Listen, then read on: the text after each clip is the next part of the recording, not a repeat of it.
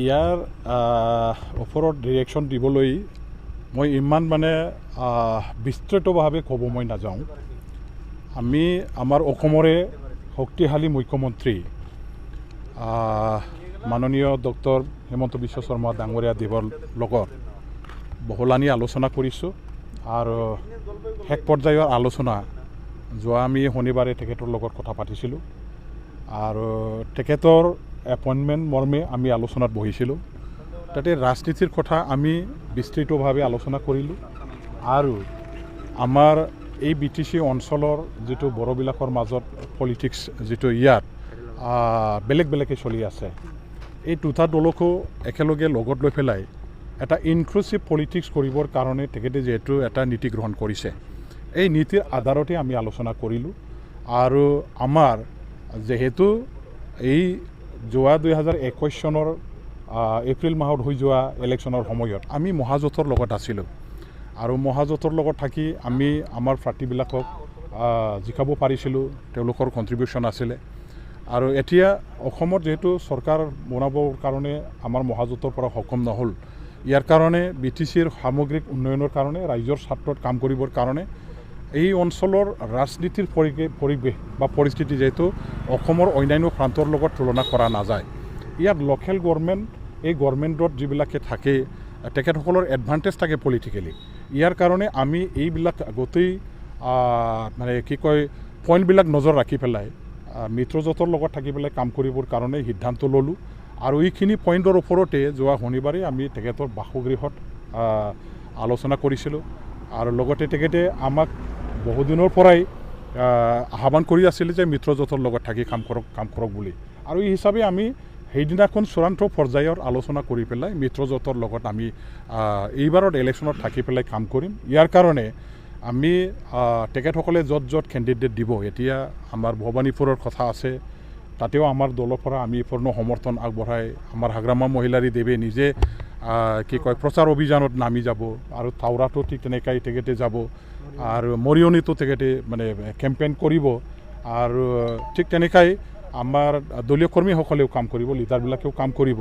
সেইদিনাখন আমাৰ ডক্টৰ হিমন্ত বিশ্ব শৰ্মা ডাঙৰীয়া দেৱে মুখ্যমন্ত্ৰী ডাঙৰীয়া দেৱে আমালৈ আহ্বান ৰাখিলে, আমিও পজিটিভলি ৰেছপন্স কৰিলোঁ, সহমতত আমি উপনীত হ'লোঁ। ঠিক তেনেকৈ এতিয়া এইবাৰৰ গোসাইগাঁও বা আমাৰ তামোলপুৰ বা ভৱানীপুৰ তিনিটা যে আমাৰ অঞ্চলৰ পৰা নিৰ্বাচন এইবাৰৰ এছেম্বলি ছেগমেণ্টবিলাকত হ'ব, তাত আমাৰ গোসাইগাঁৱত আমি এতিয়া আমাৰ আগৰ পৰাই যিহেতু MLA আছিলে মাজেন্দ্ৰ নাৰ্জাৰী, তেখেতে মৃত্যু হোৱাৰ পাছত এতিয়া এইবাৰৰ বাই ইলেকশ্যনত আমাৰ কেণ্ডিডেট থাকিব। তেওঁলোকৰ কথা হ'ল যে তেখেতসকলৰ যিহেতু যোৱা 2021 চনত তেখেতসকলৰ মাজত এটা আণ্ডাৰষ্টেণ্ডিং আছিলে, BJP UPPL তেওঁলোকৰ মাজত আণ্ডাৰষ্টেণ্ডিং আছিলে। এই আণ্ডাৰষ্টেণ্ডিংটো তেখেতসকলে আজি ভাল ৰাখি পেলাই তেওঁলোকে কাম কৰিব বিচাৰিছে। ইয়াত আমাৰ একো ক'ব লগা নাই, কিন্তু আমাৰ কথাটো হ'ল যে আমি মুখ্যমন্ত্ৰী ডাঙৰীয়া দেৱৰ লগত আলোচনা কৰি তেখেতৰ আশীৰ্বাদ লৈয়ে আমি এইবাৰ ইলেকশ্যনত একেলগে কাম কৰিবৰ কাৰণে আগবাঢ়িছোঁ। ইয়াত আমাৰ কোনে কি কৈছে নকৈছে সেইটো আমাৰ কাৰণে এতিয়া লুকআউট নহয়। আমি মুখ্যমন্ত্ৰী ডাঙৰীয়া দেৱৰ লগত একেবাৰে পোনপটীয়াকৈ যোগাযোগত আছোঁ আৰু তেখেতৰ আশীৰ্বাদ লৈয়ে তেখেতৰ আহ্বান মৰ্মে আজি আমি ৰণক্ষেত্ৰত যুদ্ধ কৰিবৰ কাৰণে আগবাঢ়ি আছোঁ।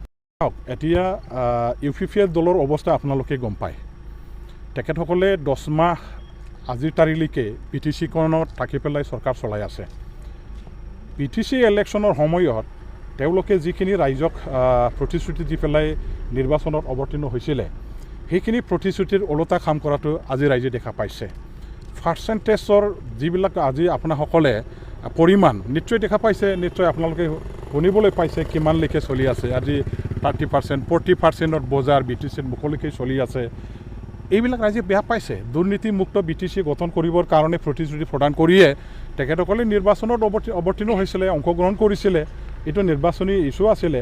নিকা BTC চৰকাৰ চলোৱা, আমাৰ দুৰ্নীতিমুক্ত BTC চৰকাৰ চলোৱা, পৰিৱৰ্তন এটা BTC চৰকাৰ BTC চৰকাৰ চলোৱা, উন্নয়নৰ কাৰণে কাম কৰা তেখেতসকলৰ ডাঙৰ ইছ্যু আছিলে।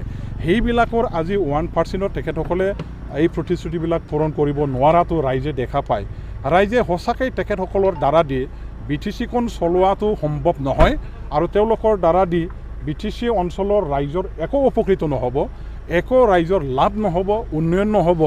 আজিৰ তাৰিখলৈকে 10 মাহত তেখেতসকলে কোনো তেনেকুৱা ধৰণৰ আঁচনি লৈ পেলাই কাম কৰিব পৰা নাই। তেওঁলোকে ৰাইজৰ কাৰণে একো উপকৃত কৰিব পৰা নাই আৰু তেখেতসকলে মুখত যিমান কয় হাতেৰে একো কাম নকৰে। সেইটো প্ৰমাণিত হোৱাৰ পাছত ৰাইজ তেওঁলোকৰ লগত এতিয়া নাই। এই 10 মাহৰ ভিতৰতে UPPL দলৰ প্ৰতি ইমান বিষদগাৰ ৰাইজে যে আজি প্ৰকাশ কৰিছে, বেয়া পাইছে, তেখেতসকলক যে নাকচ কৰিছে।